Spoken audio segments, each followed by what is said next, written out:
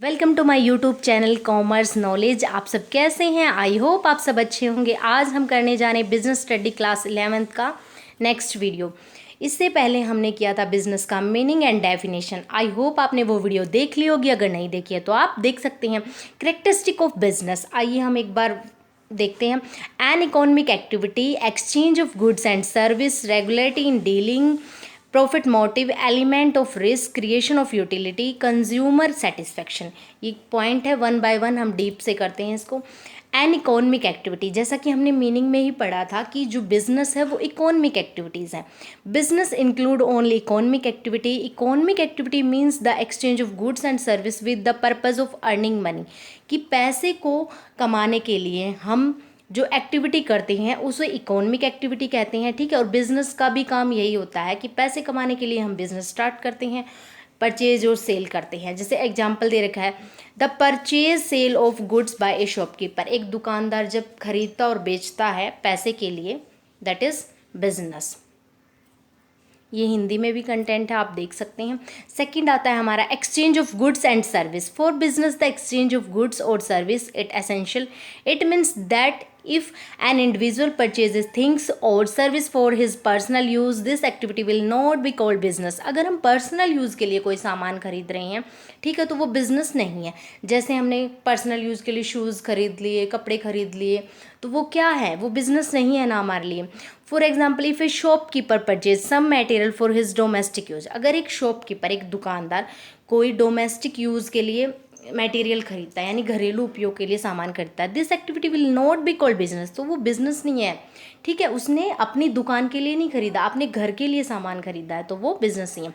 But if he purchase the same material for selling it through his shop, then it will be business. अगर वो business के लिए सामान खरीद रहा है तो वो बिजनेस है। जैसे एक दुकान के लिए सामान खरीदा उसने कि भी मेरे को बेचना है आगे जाके, ठीक है, तो वो बिजनेस है। ओके, इसके बाद आते हैं हम रेगुलरिटी इन डीलिंग।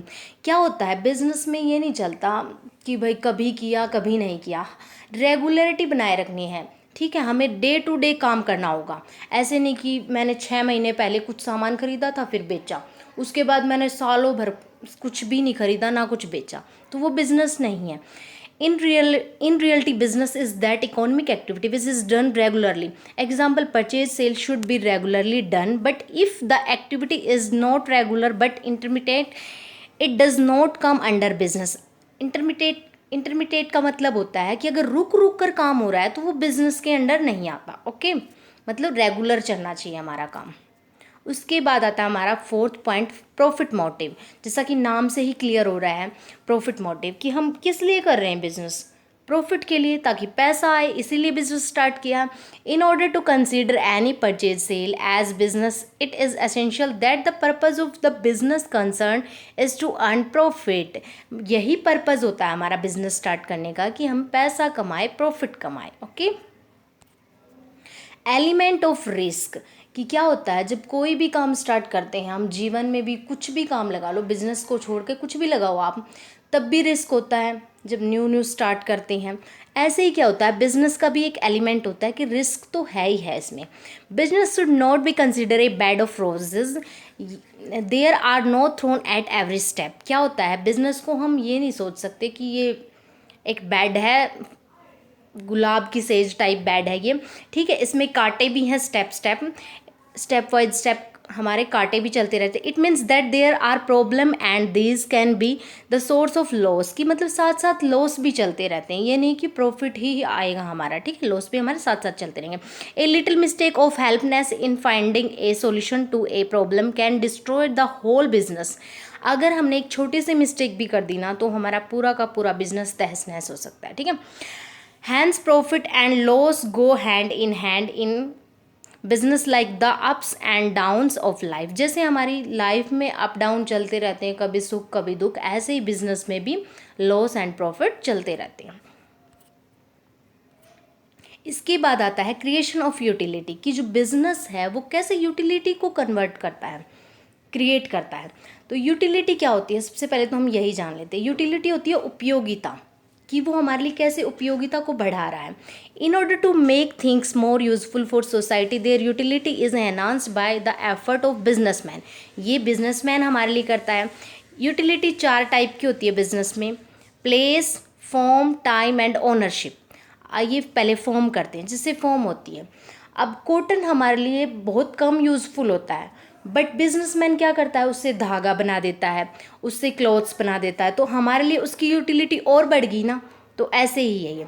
उसके बाद आता है प्लेस। अब क्या चल रहा है, ऑनलाइन शॉपिंग कर लेते हैं, घर बैठे हमें सामान मिल रहा है, तो वो कौन कर रहा है, बिजनेसमैन कर रहा है हमारे लिए, ठीक है। और टाइम, टाइम पे मिल जाता है, हमें कोई सामान ऑर्डर किया, हमें चाहिए है, 2-3 दिन के अंदर मिल जाता है ऑलमोस्ट, तो वो हमें टाइम पे दे रही है। तो ये क्या कर रहा है, बिजनेस हमारे लिए कर रहा है। एंड ओनरशिप, जैसे मैंने कोई फ़ोन परचेज़ किया, ठीक है, अब मैंने ख़रीदा है वो पैसे देके, तो फिर क्या होता है, पहले तो वो कंपनी के नाम से था, ठीक है, अब उसकी ओनरशिप मेरे को मिल गई है, वो मेरा मोबाइल हो गया है, मेरे नाम पर हो गया है, तो वो हमें ओनरशिप देता है। आई होप आपको ये क्लियर हुआ होगा। उसके बाद आता है consumer satisfaction. The main of business should be earning profit, but it is essential at the same time that the consumer satisfaction is equally important. ये नहीं है कि हमारा मोटिव, बिजनेस का मोटिव यही हो कि प्रॉफिट अर्निंग करना है, कैसे भी करो, चाहे कंज्यूमर को ठगे, नहीं, ये नहीं, कंज्यूमर भी सेटिस्फाई होना चाहिए हमारा। हम एक बार कंज्यूमर को वो कर सकते हैं, मिस रिप्रेजेंट कोई सामान और उसको बेच देते हैं, वो नेक्स्ट टाइम हमारी शॉप पे नहीं आएगा। तो हमने क्या करना है, कंज्यूमर को भी सेटिस्फाई करना है, उसको भी सेटिस्फाई रखना है। It is useless to think of profit without consumer satisfaction. अगर हम प्रॉफिट कमा रहे बिना कंज्यूमर सेटिस्फैक्शन के, वो यूजलेस है हमारा प्रॉफिट, ठीक है, नेक्स्ट टाइम हमें नहीं मिलेगा, एक बार मिल जाएगा, ठीक है, बार बार नहीं मिलेगा। तो इसलिए कंज्यूमर को हमने सेटिस्फाई करना। ओके, आई होप आपको ये 7th पॉइंट क्लियर हुए होंगे। Thanks for watching, subscribe, like and share.